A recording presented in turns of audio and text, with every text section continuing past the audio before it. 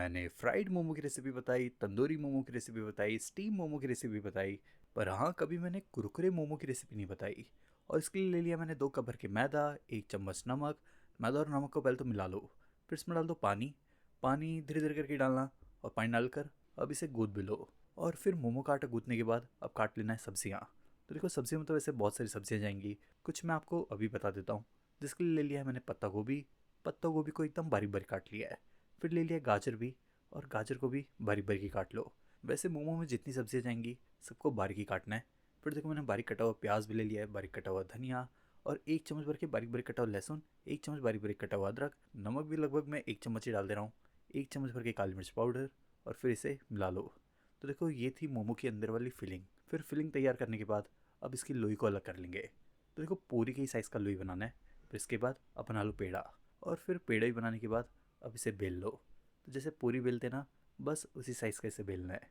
और हाँ, शेप की फ़िक्र करने की ज़रूरत नहीं है। अगर आपको नहीं बेलना आता तो थोड़ा बहुत टेढ़ा मेढ़ा रहेगा तो भी चल जाएगा। फिर बीच में रखो फिलिंग, और फिलिंग रखने के बाद अब इसे कुछ इस तरह से फोल्ड कर लो। हाँ, बस एक चीज़ का ध्यान रखना कि बहुत ज़्यादा भी फिलिंग मत भर देना, वरना ये फट भी सकता है। और फिर इस तरह से शेप देने के बाद सारे मोमो को इस तरह से तैयार कर लो। फिर इन्हें तैयार करने के बाद अब ले लो स्टीमर, जिसमें मोमो को पकाने वाले हैं। और फिर स्टीमर तैयार करने के बाद एक एक करके मोमो को इसमें डाल दो। फिर मोमो डालने के बाद अब इसे ढक दो और पकने दो। और जब तक मोमो पक रहा है तब तक क्या करना है, लेना है बहुत सारा कुरकुरे।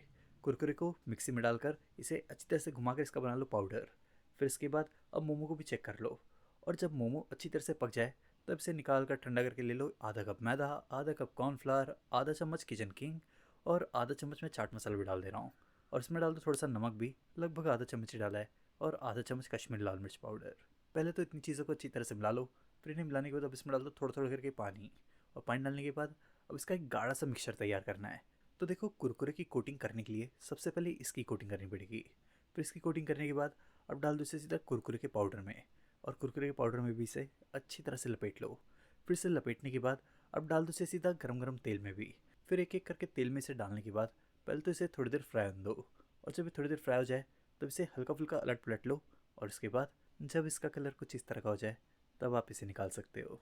फिर इसे निकालने के बाद अब आप इसे मेयो या फिर मूंग वाली चटनी के साथ खा सकते हो। रेसिपी चली तो वीडियो को लाइक करो, शेयर करो। शेफ प्रतीक्स किचन को अगर सब्सक्राइब नहीं किया है तो जाके सब्सक्राइब भी कर लो।